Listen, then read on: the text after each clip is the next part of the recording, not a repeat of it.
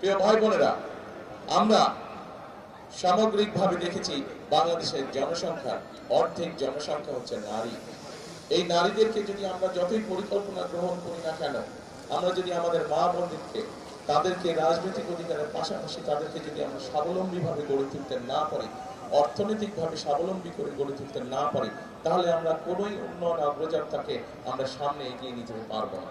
এবং সেই জন্যই আপনারা দেখেছেন যে দেশনেত্রী খালেদা জিয়া যখন দেশ পরিচালনা করেছিলেন, উনি এই দেশের নারীদেরকে শিক্ষিত করার জন্য, মেয়েদেরকে শিক্ষিত করার জন্য তাদের শিক্ষা ব্যবস্থা ক্লাস 1 থেকে ক্লাস 12 পর্যন্ত, ইন্টারমিডিয়েট পর্যন্ত উনি ফ্রি করেছিলেন শিক্ষা ব্যবস্থা।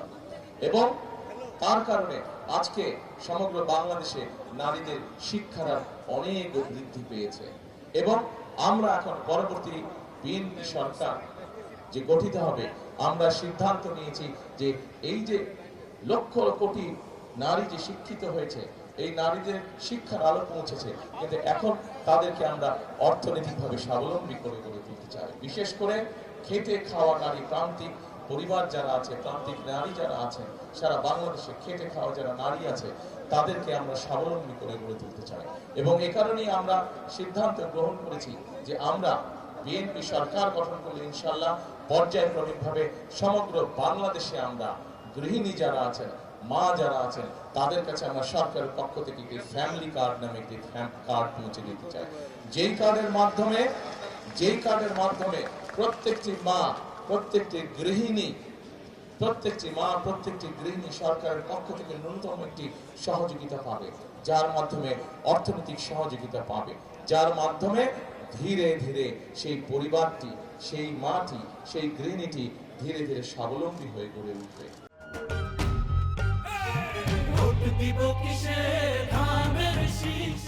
প্রিয় ভাই বোনেরা,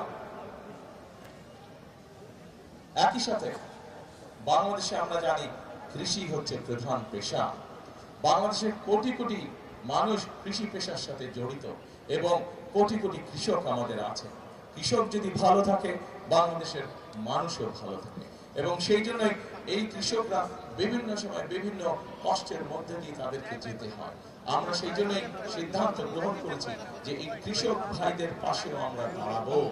এবং কৃষক ভাইদের পাশে দাঁড়ানোর জন্য মা বোনদেরকে যেভাবে আমরা ফ্যামিলি কার্ডের মাধ্যমে সহযোগিতা করে স্বাবলম্বী করে গড়ে তুলতে চাই, ঠিক একইভাবে কৃষক ভাইদেরকে আমরা কৃষি কার্ড নামক একটি কার্ড দেব, যার মাধ্যমে আমরা কৃষক ভাইদের কাছে সরকারের পক্ষ থেকে যে সকল সহযোগিতা থাকবে সেগুলো আমরা সরাসরি কৃষক ভাইদের কাছে পৌঁছে দিতে চাই।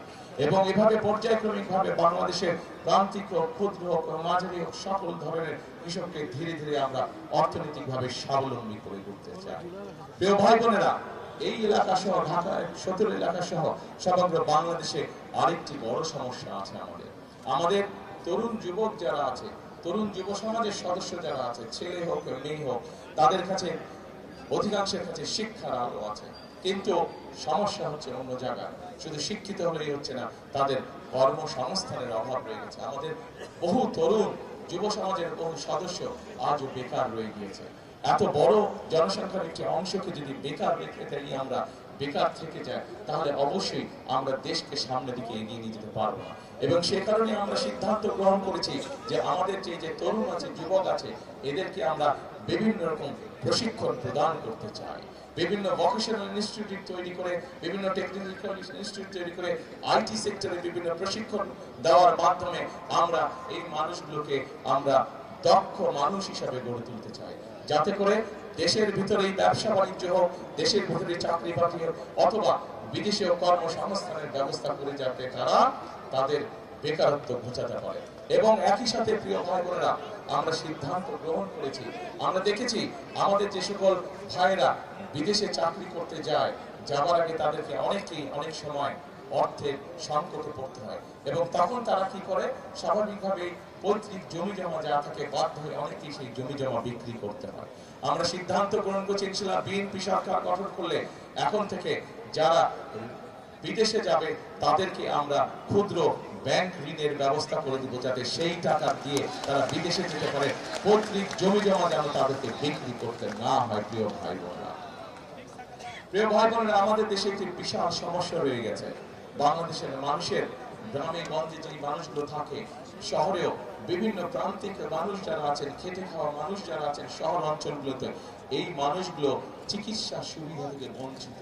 প্রাথমিক চিকিৎসা অনেকের জন্য পৌঁছে দেওয়া সম্ভব হয় না। সেজন্যই আমরা সিদ্ধান্ত গ্রহণ করেছি যে ইনশাআল্লাহ বিএনপি সরকার গঠন করলে পরে আমরা সমগ্র বাংলাদেশে 1 লক্ষ, শহর গ্রাম সব মিলে 1 লক্ষ আমরা হেলথ কেয়ার বা স্বাস্থ্যকর্মী আমরা নিয়োগ করতে চাই। এই স্বাস্থ্যকর্মী নিয়োগ করার মাধ্যমে একদিকে যেমন 1 লক্ষ মানুষের কর্মসংস্থানের ব্যবস্থা হবে, ঠিক একইভাবে এই সকল স্বাস্থ্যকর্মী শহরের সবগুলো জায়গায়, বিশেষ করে যারা স্বাস্থ্য সেবা থেকে বঞ্চিত এই মানুষগুলোর কাছে তারা পৌঁছে যাবে, বিশেষ করে নারীদের কাছে এবং শিশুদের কাছে। এবং যে সকল অসুখ বিসুখ ঘরে বসে চিকিৎসা দেওয়া সম্ভব, সেগুলো তারা ঘরে বসেই চিকিৎসা দিবে আমাদের এই স্বাস্থ্য কর্মীরা। যার ফলে আমরা একজন মানুষকে অসুস্থ হওয়ার আগেই যাতে সে সুস্থতা পেতে পারে, অসুস্থ হওয়ার আগেই যাতে তাকে এই বিষয়ে সচেতন করা যায়, আমরা সেই পদ্ধতি গড়ে তুলতে চাইছি। আমরা যদি কম সংখ্যক মানুষকে অসুস্থ হয় এই পরিবেশ তৈরি করতে পারি, তাহলে পরবর্তীতে হাসপাতালে যে মানুষগুলো যাবে তারা কিছুটা হলেও বেটার চিকিৎসা তাদের পক্ষে পাওয়া সম্ভব হবে।